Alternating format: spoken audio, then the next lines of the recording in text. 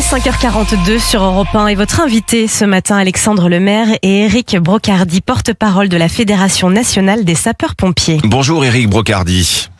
Bonjour. Nous sommes au cœur de cette vague de chaleur exceptionnelle. La barre des 40 degrés à l'ombre est franchie, ou va l'être dans de nombreuses régions. 54 départements en rouge aujourd'hui, c'est un record. C'est aussi un risque pour notre santé, bien sûr. Ce sont des situations d'urgence qui se multiplient partout sur le territoire. Les sapeurs-pompiers sont particulièrement mobilisés, d'abord, Éric Brocardi. Alors, on vous entend mal. Si vous pouvez vous rapprocher, s'il vous plaît. Éric Brocardi. Particulièrement. Oui, vous m'entendez là, c'est bon ? Très bien, parfaitement. On vous écoute. Ils le sont particulièrement tout au long de l'année parce que le sujet aujourd'hui, c'est de répondre à l'ensemble des interventions qui sont liées justement soit aux missions de secours d'urgence aux personnes, soit aux événements de risques naturels. Et là, on s'aperçoit effectivement déjà depuis une semaine et notamment avec la précocité des températures depuis mai, que nous avons affaire aujourd'hui à au-delà de l'habituel, c'est-à-dire des conditions qui ressemblent évidemment à ce qui se passe habituellement en plein été, voire au-delà. On est quand même sur des records historiques en termes de température, bien évidemment. Donc, ça va de pair justement avec des conditions sanitaires qui se dégradent pour l'ensemble de la population. On parle beaucoup de noyades mortelles, malheureusement, avec un bilan extrêmement lourd pour ce week-end dernier. Au moins 13 noyades, il faut le rappeler. En effet, c'est une situation inédite, ça, Éric Brocardi. C'est une situation inédite et autant concentrée sur si peu de jours et si peu de temps, pour la bonne et simple raison que se mêlent, on va dire, à des conditions sanitaires, des risques d'imprudence qui causent justement ces accidents mortels en noyade.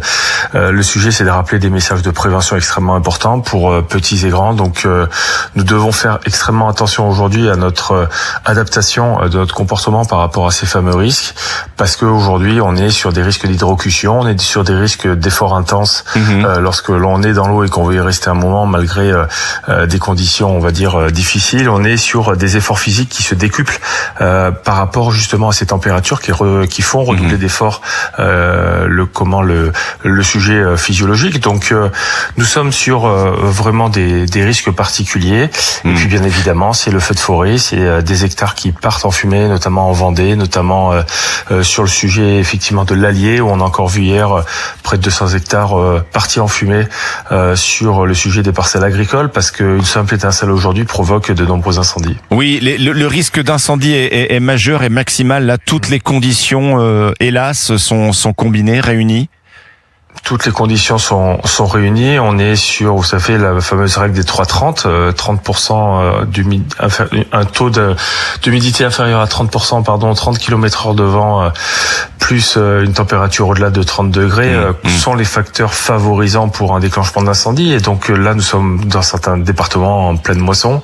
Je vais parler de la Vendée. Il faut parler aussi de toute la région parisienne autour. Il faut parler effectivement de l'Allier, où hier, ils ont eu affaire à de nombreux départs d'incendie, ce qui est inédit aussi chez eux. C'était plus de 11 départs de feu dans la seule et même journée.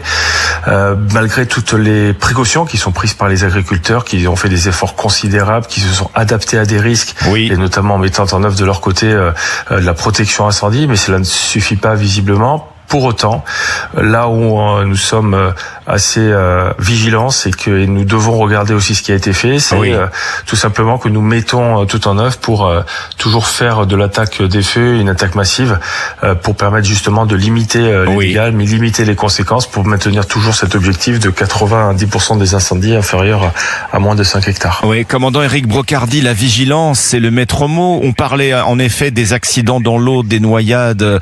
Attention au comportement, à ne pas surestimer ses capacités, à respecter les interdictions de baignade bien sûr. Et concernant les incendies là, et sachant que 9 incendies sur 10 sont d'origine humaine, attention aux mégots, pas de barbecue, bien sûr, rappelez tous ces conseils d'usage.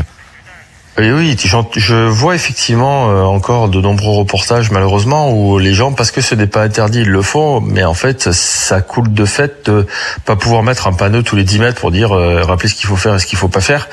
Le sujet, c'est de prendre conscience que tout ce que l'on va malheureusement favoriser des risques, et ben forcément c'est à proscrire. Donc que ce soit un incendie, que ce soit sauter de barre rocheuse pour plonger dans l'eau sans avoir vérifié les fonds, que ce soit de surestimer surestimer ses capacités physiques et donc limiter ses déplacements en plein milieu des pics de chaleur. On doit apporter aussi une propre réponse à soi-même qui est de se protéger et évidemment faire preuve de solidarité parce qu'aujourd'hui ce sont les plus vulnérables, ce sont les plus jeunes comme les plus anciens. Vous avez vu malheureusement cet accident très grave, cette atrocité près de Carpentras où effectivement nos deux enfants en bas âge sont décédés dans la voiture. Deux enfants de 2 et 4 ans sur un parking dans une voiture à Carpentras, effectivement, Éric Brocardi. C'est exactement ça. Donc on est sur un sujet aujourd'hui de vigilance. Vous savez, les noyades aujourd'hui, quand on a commencé à regarder les bilans de 2025, c'était un niveau extrêmement élevé par rapport à 2024. C'était entre plus 16% de noyades supplémentaires, 1418. 400, près de 400 suivis de noyades mortels. Donc on est sur un sujet aujourd'hui où nous devons faire attention parce que c'est moins d'attention que l'on porte sur le quotidien. Nous sommes beaucoup moins concentrés qu'avant et donc forcément quand on passe de 2 minutes 30 à 45 secondes d'attention, il suffit de 10 secondes pour qu'une vie bascule. Éric Brocardi, si on fait pas attention aux enfants. On parle de la forêt, on parle de la végétation, on parle des noyades, des baignades. Le danger commence à la maison. Des personnes âgées sont mortes à nouveau à leur domicile à cause de la chaleur. Le danger de jour comme de nuit. Vous êtes appelé en particulier par ou pour des personnes vulnérables, justement, par rapport à cela, ou pas seulement? Oui, bien sûr qu'on est appelé pour des personnes vulnérables, pour des personnes ne répondant pas aux appels sur des levées de doute, et malheureusement, nous arrivons et la personne est malheureusement en raideur parfois cadavérique. Alors ça peut s'expliquer par les fortes chaleurs, ça s'explique aussi par des sujets malheureusement on va dire de mort naturelle, mais il y a on va dire cet facteur aggravant de chaleur qui conditionne, on va dire, les risques et qui les mettent en œuvre. Donc, il faut prendre des nouvelles des uns et des autres, et c'est à cela aussi que les sapeurs-pompiers, au regard de ce qu'ils font et des liens qu'ils ont avec les mairies, avec les associations agréées de sécurité civile, tout au long de l'année, parfois dans certaines communes, nous avons des relevés lors de nos interventions pour permettre justement de transmettre à l'action sociale des mairies, tout simplement des données qui relèvent à la fois de la salubrité de certains habitats que nous rencontrons pour dire voilà, les personnes sont seules, il va falloir les aider, garder contact avec eux pour casser cet isolement qui est aussi un des maux de la société, parce qu'aujourd'hui c'est dans des périodes difficiles où on a besoin d'entraide et de solidarité. Mais quand on voit que Météo France place cette canicule au niveau de celle de 2003, on se souvient qu'en 2003 on avait eu 15 000 morts liés aux fortes chaleurs. Est-ce que vous diriez qu'on nous sommes mieux préparés ou pas du tout? Est-ce qu'on a tiré les leçons? On n'a pas attendu effectivement d'attendre. On n'a pas attendu qu'on nous dise ce qu'il fallait faire ou ce qu'il fallait pas faire depuis 2003. Les pompiers, comme beaucoup d'autres corporations, se nourrissent de retours d'expérience, qu'on appelle les fameux rétex. Et à notre niveau, il est évident qu'aujourd'hui, tout ce que l'on a pu apprendre de 2003 nous a permis d'insuffler d'année en année des moyens ou des méthodes ou des remontées d'informations sur le besoin, soit en matériel, sur le besoin en termes d'organisation, que ce soit dans tous les domaines. Donc le sujet aujourd'hui, c'est de continuer à contribuer à cela pour continuer à être performant pour la protection et le secours des populations. Donc à cela, la coordination autour des préfets avec justement les plans communaux de sauvegarde des maires, avec l'organisation très particulière pour les sapeurs-pompiers qui sont extrêmement rattachés aux communes et qui facilitent les communications avec les élus locaux, permet aujourd'hui de compenser et de faire une accumulation de toutes les crises que l'on a passées et de donner les bonnes solutions. Mais sur les moyens, est-ce que vous êtes armés, les sapeurs-pompiers, face à ces phénomènes extrêmes qui vont, on le sait, se répéter et s'amplifier? Est-ce que vous avez les moyens de répondre et de faire face quand les demandes se multiplient? Qu'est-ce que vous appelez les moyens? Aujourd'hui, ce sont les intensités. Les moyens humains, les moyens matériels? Ce qui nous préoccupe aujourd'hui, ce sont les intensités face aux moyens que l'on a.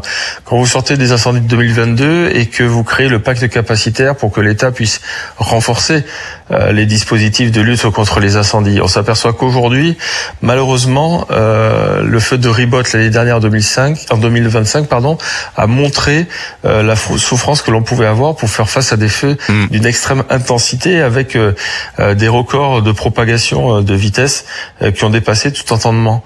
Donc nous sommes armés, mais en fait nous ne suffisons plus par rapport à l'intensité des événements qui sont en train de se créer.